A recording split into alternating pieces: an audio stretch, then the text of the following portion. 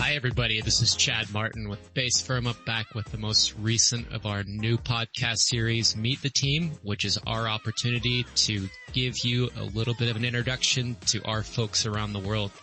I'm excited for today's episode. It's my friend and colleague, Eduardo Emmerich, who is our U.S. country lead and one of our newest partners at BaseFirma. Ed, how are you doing today? I'm very good, Chad. Thank you for having me. It's great to have you. So, Ed, you have an interesting background in transfer pricing, and I might just add in life as well. Let's get right into it. So starting off, give us a little bit of your background, how you came into transfer pricing, and just as importantly, what's kept you here. Sure thing. So I was born and raised in Venezuela, and I came to the U.S. when I was 16. Trying to pursue both my dream of playing professional baseball, but also pursuing, academics. And come to find out, I wasn't as good as I thought I was. I did get to play a little bit of college baseball and dabbled for a couple of weeks in professional sports. But my first encounter with transfer pricing came as a result of my master's program that I did at the Bush School at Texas A&M. So as I hope many of our listeners can relate to, there was a very famous professor at Texas A&M called Dr. Lorraine Eden, who taught a course on transfer pricing. So she was kind of the first introduction to this great and wonderful world that we work in. A lot of us took her class. As part of the class, she invited a lot of professionals, Big Four professionals, to come and give introductions into what the life of a transfer professional looks like. And they use that, as a recruiting strategy. So I got connected there with EY at first, which is where I came from. And I started my career in the Houston office of EY, where I spent close to 12 years. And, about 2 years ago, I made the decision to join this great company that we both work for, BaseFirma. I guess the second part of your question, what has kept me in transfer pricing? Well, that's a multifaceted answer, I guess. It's a very dynamic field. It seems like it's changing, and the rate of change itself has increased over the last few years.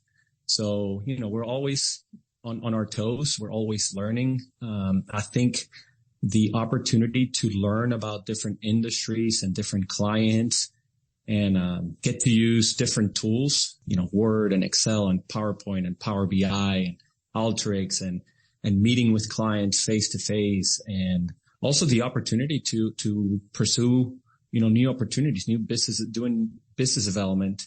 I think all of those things have been, very attractive to me. They've been a big part of why I've stayed in this field for close to 14 years now. Ed, your story always makes me question our recruiting strategy. I'm wondering how many professional or semi-professional athletes are out there maybe have transfer pricing as their plan B. So, we might be barking up the wrong tree at colleges. We should be out there at minor league baseball games. Hey, there is a lot of grit and perseverance in athletes, which I think makes for a good transfer pricing professional. So I think there's a lot of truth to what you're saying. Well, you never know if it doesn't work out with Shohei Ohtani. We've got a spot for him here at BaseFirma. So speaking of which, you mentioned you came over like I did, from EY a couple of years ago to BaseFirma. I'm curious, can you describe, what it is about your role that you particularly enjoy, what your position, brings to you professionally and personally here at BaseFirma? Sure. So I think the life of a transfer pricing professional, like I suspect in most careers, kind of goes through an evolution, right? And my role now looks very different than my role, 2 years ago and definitely 10 years ago. I think that what I enjoy the most now about my career really is the business development side of things. So having the opportunity of meeting clients for the first time and presenting, the value proposition that BaseFirma has is unique. And it's something that I have thoroughly enjoyed. And being at a smaller firm or smaller than, let's say some of the big four presents that opportunity, right? To take the lead in business development, pursuits in trying to sell and presenting again this value proposition that I think we have to our clients. So speaking of your, maybe business development or, market facing side of your job, historically speaking, or maybe, currently, do you have any areas of specialization, that you would say in transfer pricing, whether that's an industry, whether that's a type of transaction? Are there specific types of projects that you particularly enjoy, or do you consider yourself, maybe a jack of all trades generalist in the transfer pricing world? I'd definitely say generalist probably is the best label. And this may not be the sexiest answer, but I've really enjoyed just kind of your plain vanilla global documentation projects. A lot of times it's undersold by advisors and there's this idea that it is a commodity. But I see a lot of value in making sure that our clients, are in compliance with local regulations. And it also gives me an insight on maybe ways that our clients could do things better, right? Which a lot of times brings ETR, benefits. It may reduce risk. And a lot of times both of those happen at the same time. So the global documentation projects, I would say, are near and dear to me. They're a big part of my day to day. I would say that the other part that I enjoy as much, if not more, is controversy. Being able to defend our clients with robust arguments, with the truth, and going against taxing authorities has always been one of the more enjoyable parts of my job. I would say that alongside those two, planning opportunities are always great because they tend to bring a lot of value to our clients. So from a relationship perspective, from, the value proposition perspective, those tend to be, very positive. So yeah. I would say those three are the most favorite types of projects that I work on. Yeah, Ed, I have to tell our audience, I think you're being a little humble there. I've seen you personally manage global documentation engagements with 80 to 100 jurisdictions and countries, about as easy as anyone could possibly make it look. I appreciate that, Chad. I think you and I will probably share this sentiment, but we have a lot of really good mentors and counselors that have helped us, right, get to that point. And you mentioned, 80 to 100 countries. I think that's also been a great part or one of my favorite parts of the global documentation projects is you get to interact with people from many different countries, right? And you get to learn a little bit of the nuances and maybe the localizations of each country that make our job so unique. But those personal relationships that you get to form with people when you're working on these really big global documentation projects have been probably one of the more special parts of my career. I know this is a little bit of a side note, but as part of some of these big global documentation projects that you mentioned, had the opportunity to travel to India. And you and I were there together. And those are probably the most fond memory that I've had of my career are some of the friendships and the relationships that I got to form while I was there. Absolutely. The friendships, the relationships, that's just as important as the professional component, but even in the, strictly professional sense, in a lot of ways, a simple visit, an in-person visit to a different country, a different team can be a whole year's worth of remote or virtual, collaboration, in my opinion. Right. Oh, absolutely. It's harder to come by these days, but still super important. Yeah. I'm a big advocate with our team here in the U.S. to pursue those in-person meetings whenever possible, because you're right. I think the relationship that you get to form over a cup of coffee or over a meal is worth, hundreds of calls. And it really facilitates and can make communication easier going forward when you're able to meet a person face to face.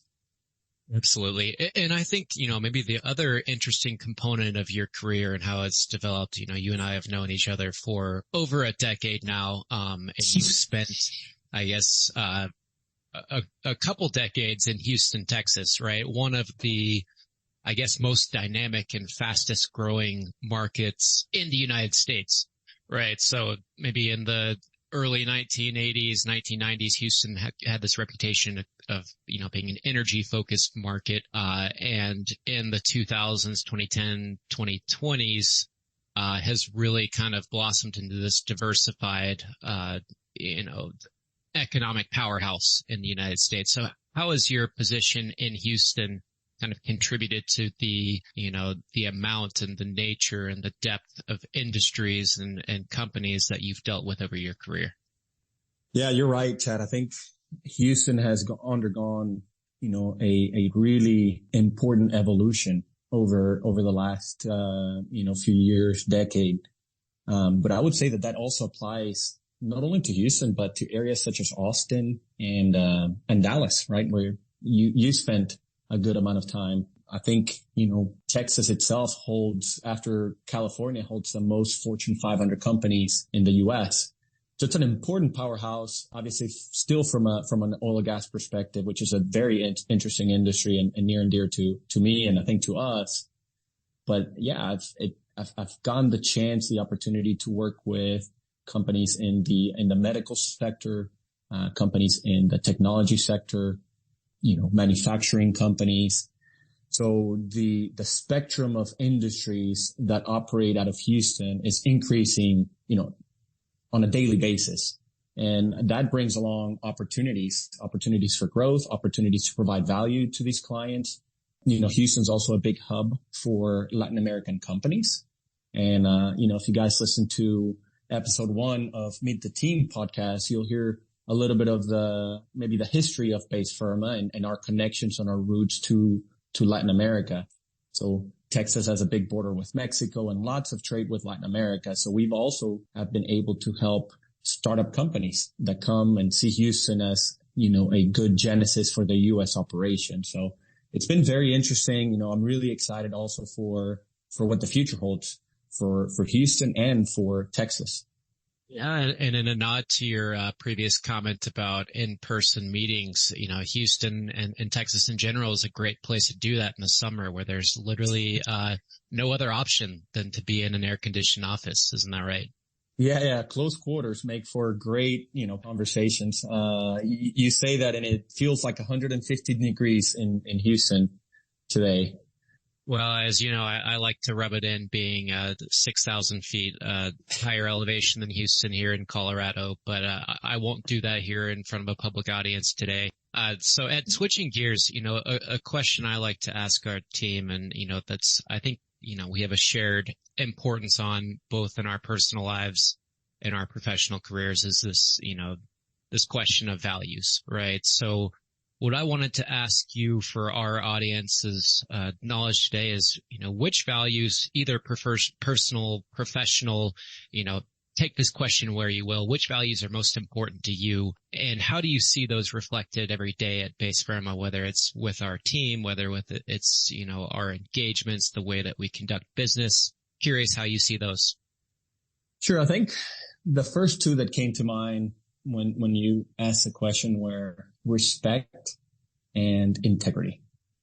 And I think, if I think about the word respect, I think it has to be seen from the personal side of things and also from the professional side of things.